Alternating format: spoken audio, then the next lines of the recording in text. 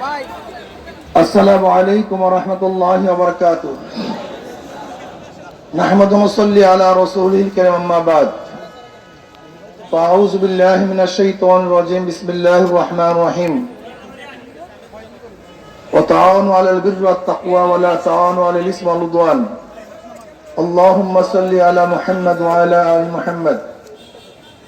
ইসলামী আন্দোলন বাংলাদেশ ঢাকা মহানগর কর্তৃক আয়োজিত আজকে এই সম্মেলনের সম্মানিত সভাপতি, নেতৃবৃন্দ,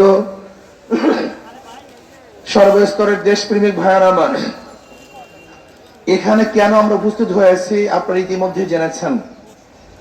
ফরিদপুরে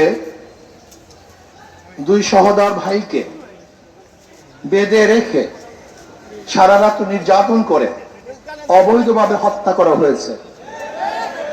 কেন হত্যা করা হয়েছে? তারা নাকি মন্দিরে আগুন দিয়েছে, অথচ প্রমাণিত তারা মন্দিরে আগুন দেয় নাই, তারা কাজ করতেছিল। কিন্তু সরকার এক সপ্তাহ হয়ে যাওয়ার পরেও হত্যাকারীদেরকে গ্রেফতার করে নাই।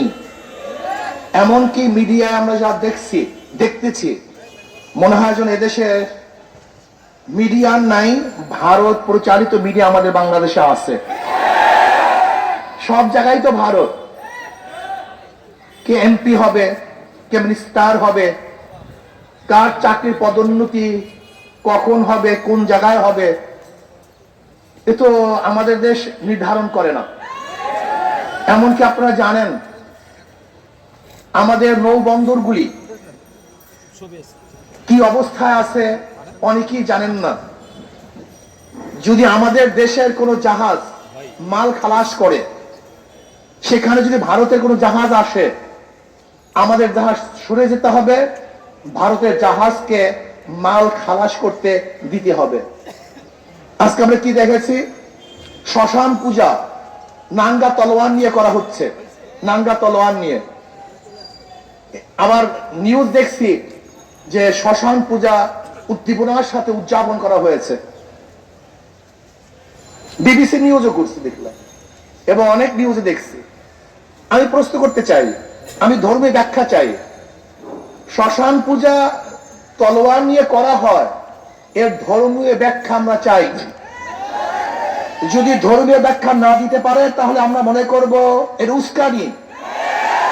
এবং যারা এর পক্ষে নিউজ করেছে তারাও এদেশের নাগরিক নয়, এরা এদেশকে ধ্বংস করার চক্রান্তে লিপ্ত। মন্দিরে যারা আগুন দিয়েছে, আপনিও তদন্ত ভিত্তিক তাদেরকে বিচার করেন, আমরা এটা দাবি করছি। আর যারা অবৈধভাবে দুইজন শ্রমিককে হত্যা করেছে, বাংলার জমিনে তাদের বিচার করতে হবে। আজকে আওয়ামী লীগ সরকার ক্ষমতার বিনিময় বাংলাদেশের মুসলমানদেরকে মুদির কাছে গোলাম হিসেবে বিক্রি করে দিয়েছে। এদেশের মুসলমান স্বাধীন নয়, সমস্ত মুসলমান বিক্রি হয়ে গেছে। তাদের গলার মধ্যে গোলামের জিনজির লাগিয়ে দেওয়া হয়েছে। আজকে Dhaka university Nawab Salimullah donkey university মুসলমানদের জন্য ইউনিভার্সিটি করা হয়েছিল।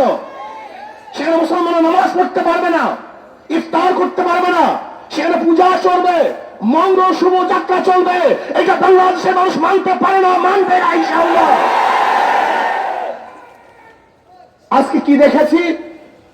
হিন্দু পণ্ডিতরা বক্তব্য দিচ্ছে যে 20-30টা তলোয়ার নিয়ে, 100 তলোয়ার নিয়ে যদি দাঁড়িয়ে যাওয়া হয়।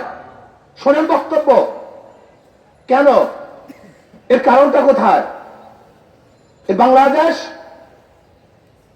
কখনো কোনো অবস্থাতেই সাম্প্রদায়িক সৌহার্দ্যতা বিনষ্ট হয় নাই, আমরা হতে দিতে পারি না।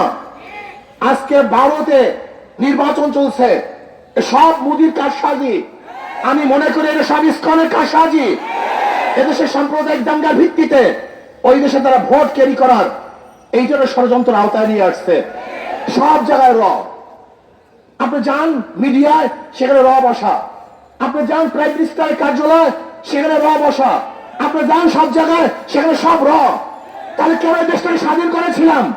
আমরা স্বাধীনভাবে থাকতে চাই, গোলাম হিসেবে থাকতে চাই না, গোলাম হিসেবে বাঁচতে চাই না। বাঁচবো তো বাঘের মতো একদিন বাঁচবো, শিয়ালের মতো হাজার বছর বাঁচতে চাই না। যদি সরকার আগামী বুধবারের মধ্যে সরকার যদি দোষীদেরকে গ্রেফতার করতে ব্যর্থ হয়, তাহলে বাংলাদেশের জনগণ ঐক্যবদ্ধ ভাবে এমন আন্দোলন করবে, এমন কর্মসূচি দিবে, যে কর্মসূচি ফিরাবার ক্ষমতা সরকার রাখে না, মুদির ডালাও রাখে না। আমি মনে করি এই সরকার জনগণের সরকার নয়, বর্তমান সরকার আওয়ামী লীগ সরকার মোদী কর্তৃক নিয়োজিত সরকার। কাজে মোদী কর্তৃক নিয়োজিত সরকার বাংলাদেশের জনগণ দেখতে চায় না, দেখবে না ইনশাআল্লাহ। আজকে শিক্ষার ব্যবস্থার অবস্থা দেখেন, কালকে রাত্রে দেখলাম সেখানে বিভিন্ন পূজা আশ্রয়ের কথা নিয়ে আসা হয়েছে।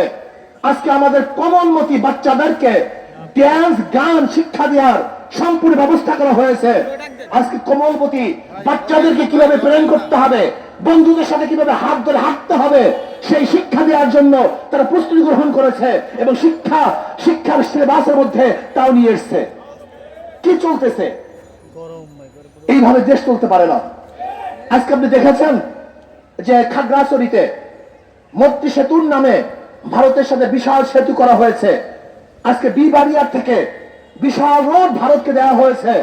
তার মানে তো এরকম মনে হয় যেন অচিরি ভারত এদেশ কন্ট্রোল করবে, এদেশ শাসন করবে, সেই পূর্ব প্রস্তুতি চলতেছে। আমি বলবো আওয়ামী লীগ সরকার, আপনি ক্ষমতার জন্য গোলামি করতে পারেন, কিন্তু বাংলাদেশের জনগণ কোন অবস্থাতেই ভারতের গোলামি করবে না, করতে পারে না ইনশাআল্লাহ। যদি রক্ত দিতে হয় আমরা রক্ত দেব, জীবন দিতে হয় জীবন দেব, জেল খাটতে হয় জেল খাটবো, কিন্তু বাংলাদেশের জনগণ কোন দেশের গোলামি করবে না, করবে না, করবে না ইনশাআল্লাহ। আমরা পাকিস্তান থেকে স্বাধীন হয়েছি, তার আগে ভারত থেকে স্বাধীন হয়েছে। প্রয়োজনে এই স্বাধীনতা রক্ষা করার জন্য আরেকবার ইনশাআল্লাহ আন্দোলন করব, সংগ্রাম করব, এই দালাল সরকার উত্থান করবই করবে ইনশাআল্লাহ। কাজে যদি আগামী বুধবারের মধ্যে দোষীদেরকে গ্রেফতার করতে সরকার ব্যর্থ হয়, আগামী শুক্রবার বাংলাদেশের প্রত্যেকটা জেলায় এবং প্রত্যেকটা মহানগরী ইসলামী আন্দোলন বাংলাদেশ জনগণকে সাথে নিয়ে বিক্ষোভ মিছিল প্রদর্শন করবে ইনশাআল্লাহ। আর যদি এরপরে সরকার ব্যর্থ হয়, তাহলে পরবর্তীতে এমন কর্মসূচি দেব ইনশাআল্লাহ। বাংলাদেশের জনগণ এই ইস্যুতে রাস্তায় নামবে এবং দোষীদেরকে গ্রেফতারের জন্য সরকারকে বাধ্য করবে এবং এই অবৈধ সরকারকে বিদায় করতে বাধ্য করবে ইনশাআল্লাহ। আল্লাহ আমাকে এবং আমাদের সবাইকে এই মিছিলে অংশগ্রহণ করার তৌফিক দান করেন।